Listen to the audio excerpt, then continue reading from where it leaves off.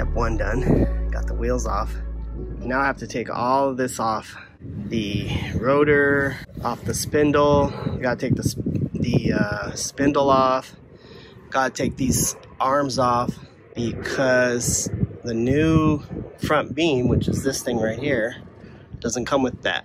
All it comes with is a beam, so you gotta reuse this suspension here. You can call these trailing arms, I guess, swing arms. I've actually taken them off before, and a quick little secret, you can't really tell because of grease, but if you look, I think I'm missing 2 leaves in here.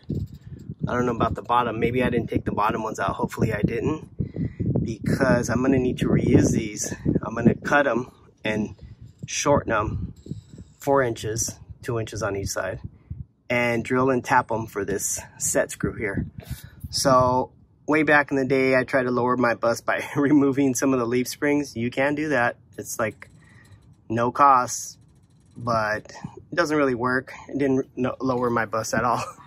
It just makes your suspension worse, so I don't recommend it. But let's get this whole assembly off, get it ready, so when the new beam comes in, I can put the beam on and I can put my trailing arms on. Let's get it. All right, so where to begin? I am gonna take off the calipers first. Once you get your calipers off, you can remove the rotor. I'm gonna go ahead and leave this on. This does not need to come off. Just gotta take this spindle nut off in order to get this rotor off.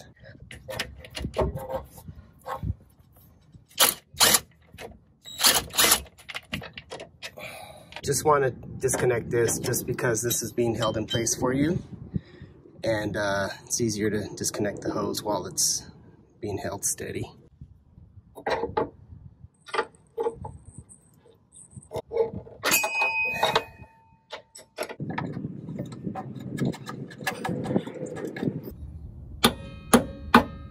All right, got the brake line clip off right here. Now we can remove the other caliper bolt.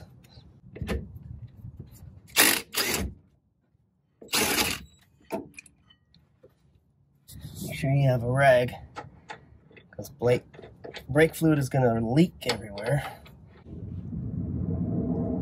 Take this off. Let's take this washer off too.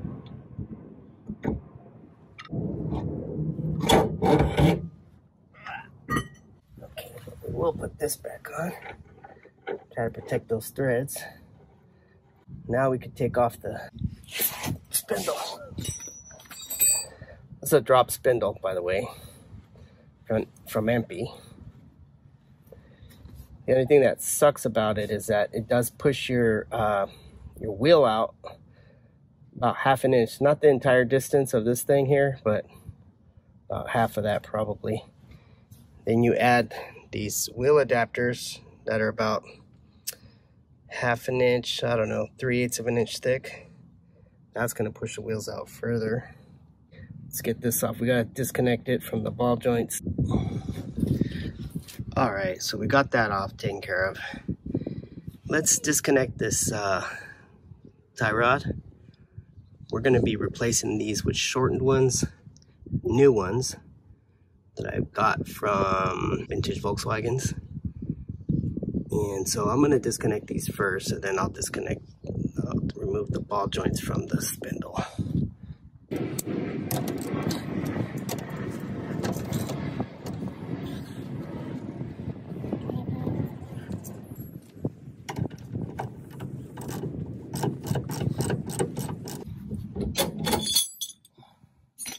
That's off.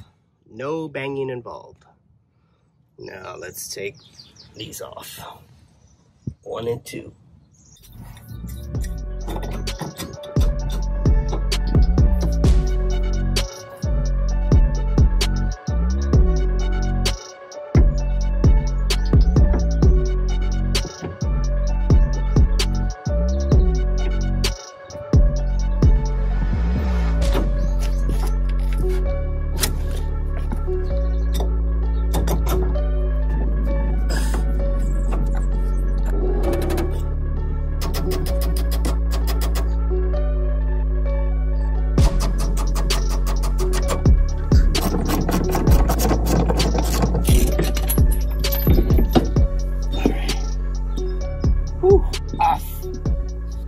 tie rod disconnected.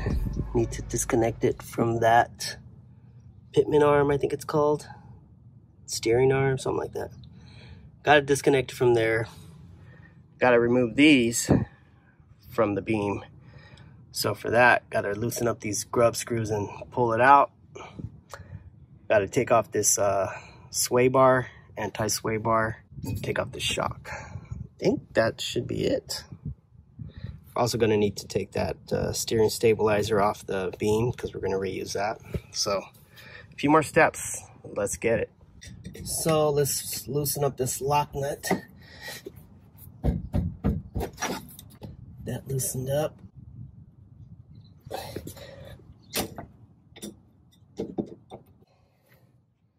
Now what we need is a Allen to fit right there.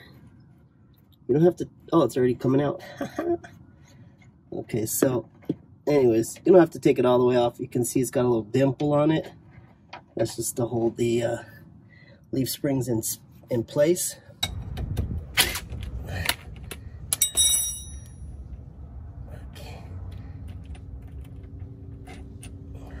On to the driver's side. Captain's side.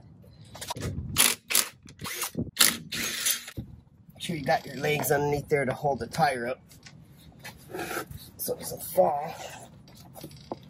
All right, so disconnect the brake lines and repeat.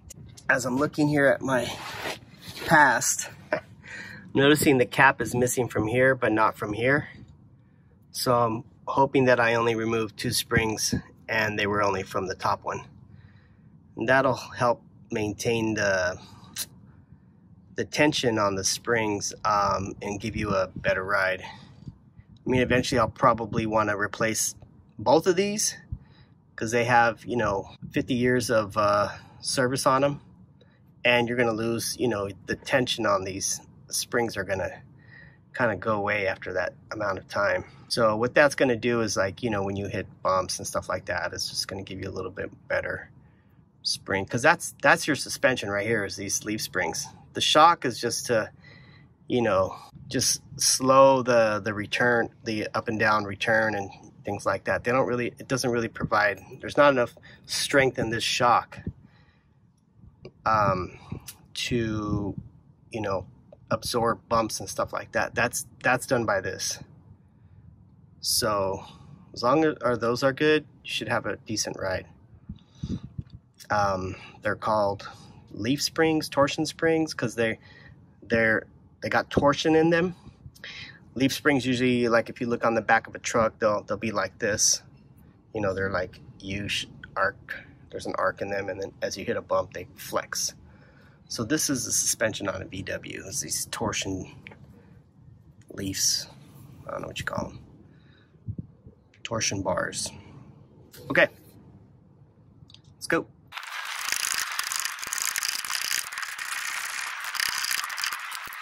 All right, so there you go. Let's take off the shock. That'll allow this to drop down further.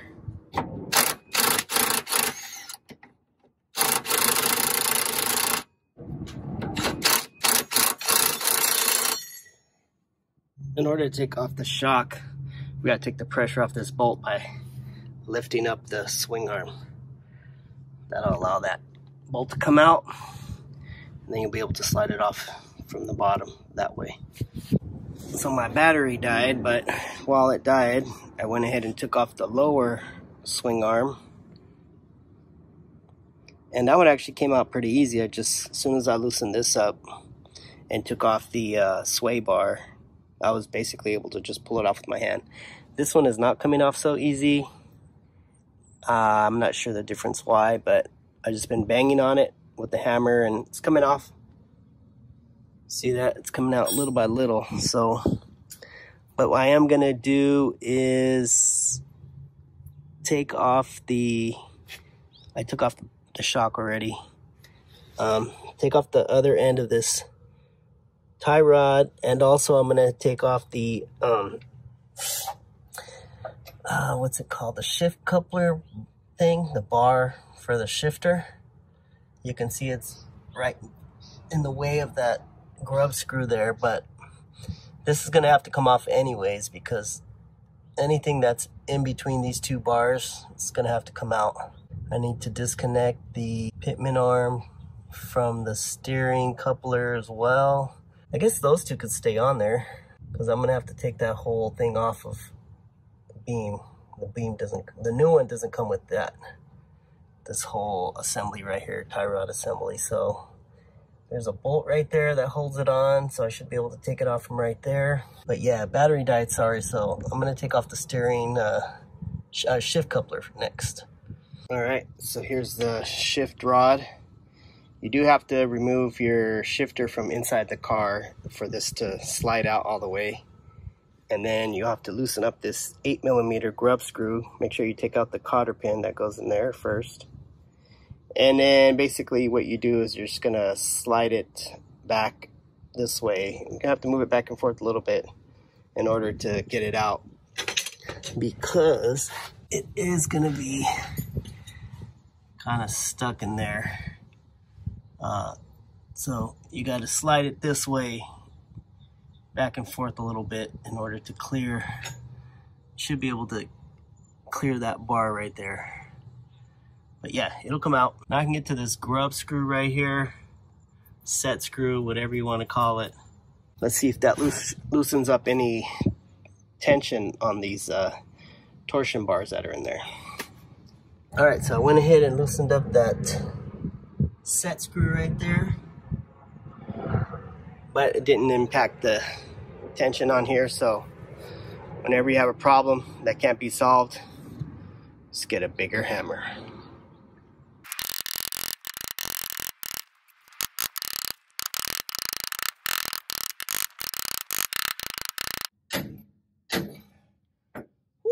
Off. Yeah, baby. Get out of there. Get out of there. All right, let's take off these set screws, grub screws, whatever you want to call them. Loosen them up. And then there you go. Now, the bottom one seems to come off with a lot more ease because it's not resting up against this. There's no tension on it. So, in theory, if you loosen up this set screw, you should be able to just pull it off. Of course, you have to take the sway bar off. So, let me show you how I do that. It's actually a cool little trick. So there is a thing here that holds it. This thing has to come off in this direction. So what you do is you bang it this way in order to allow you to get a screwdriver in there and bend this thing down, and then you can push it off that way. Let me show you. Yourself a hammer.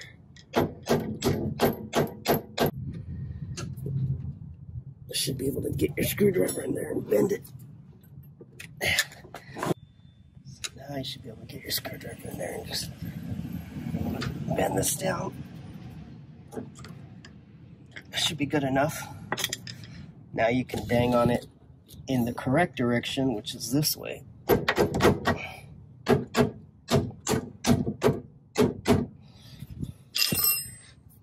Hit it on the edge right there. Hit it from the other side. This is going to get pinched. There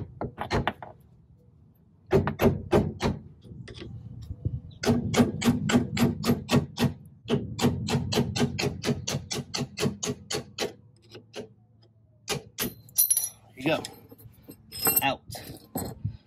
Now, let's take this off. You just get your screwdriver in there. Twist it around.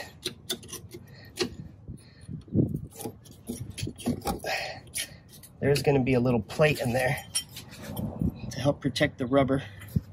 Oh.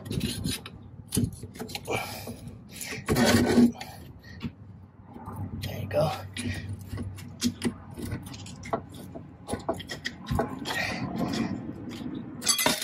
There it is. Out. So they should come off now.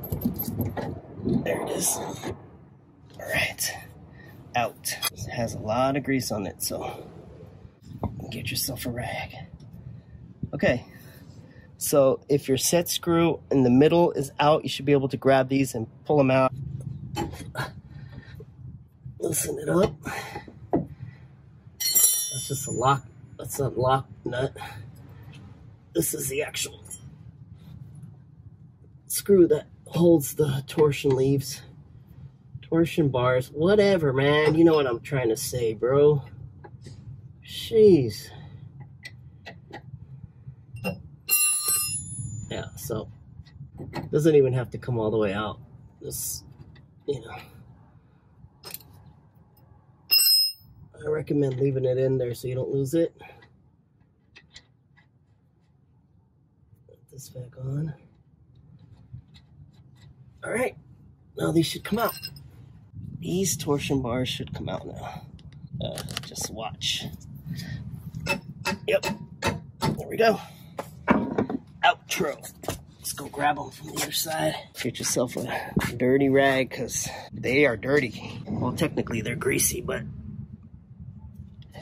there we go. Outro.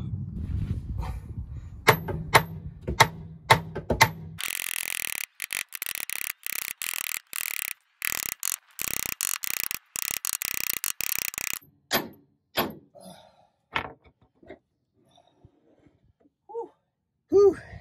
Out. I don't know what holds on to that. Obviously, it's not that set screw. Something else is holding on to it. Because if not, I should be able to pull these things out. Oh, I am able to pull them out. But I'm not able to turn them. Ah, okay. So yeah, there is one more. Here, that set screw there, in the middle. Way back there, there is another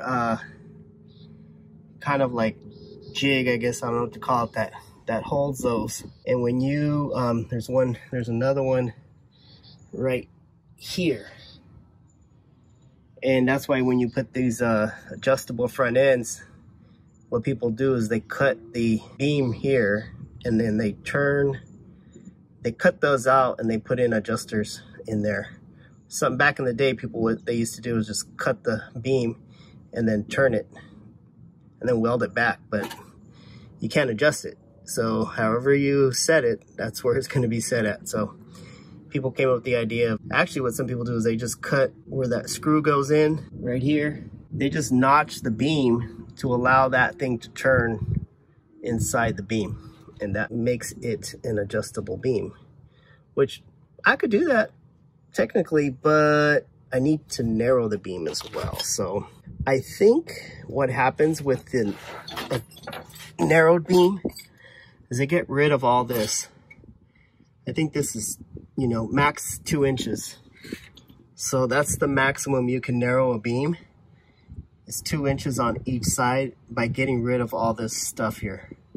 You're riding right up against that. So what they do is they manufacture this plate here without all this mumbo jumbo in the way, and your swing bar, your swing axle just basically sits flush up against this. So that distance is 2 inches. So you can narrow your beam 4 inches by getting rid of this 2 inches of extra stuff here.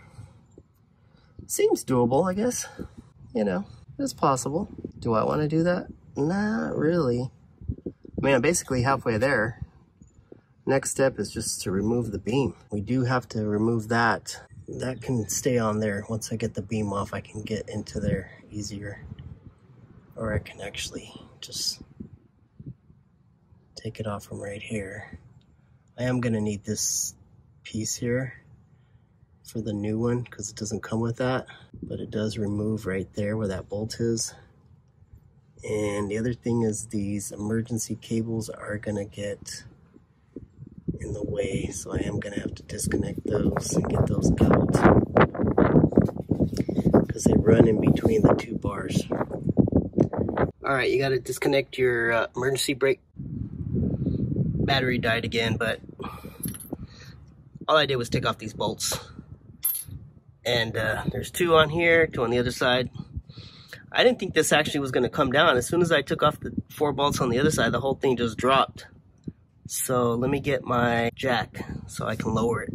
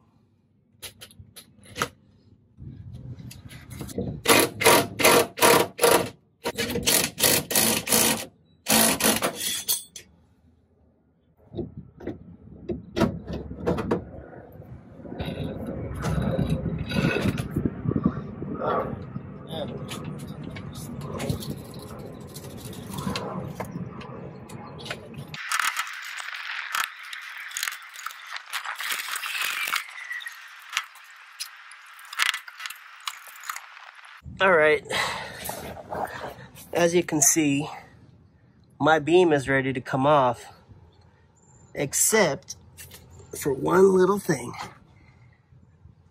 The clutch cable is holding the whole thing.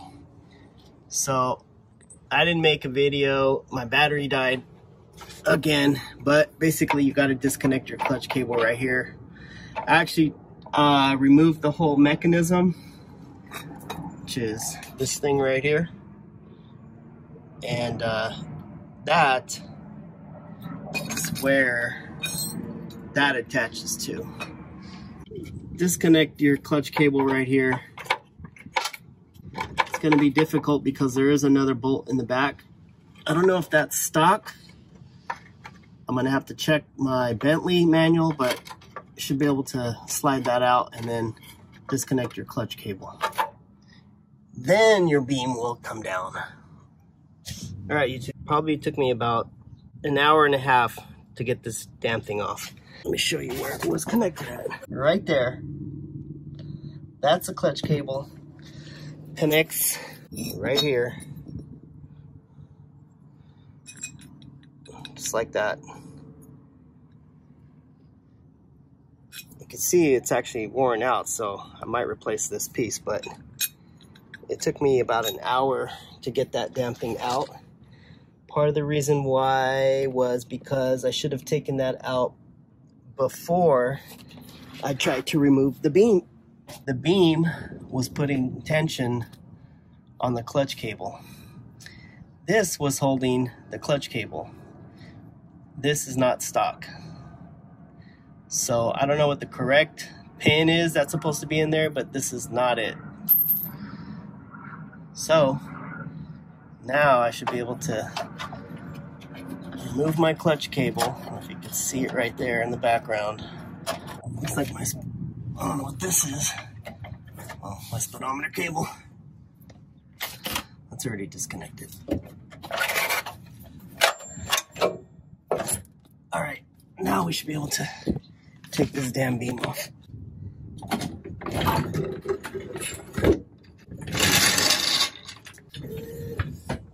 Let's take it out.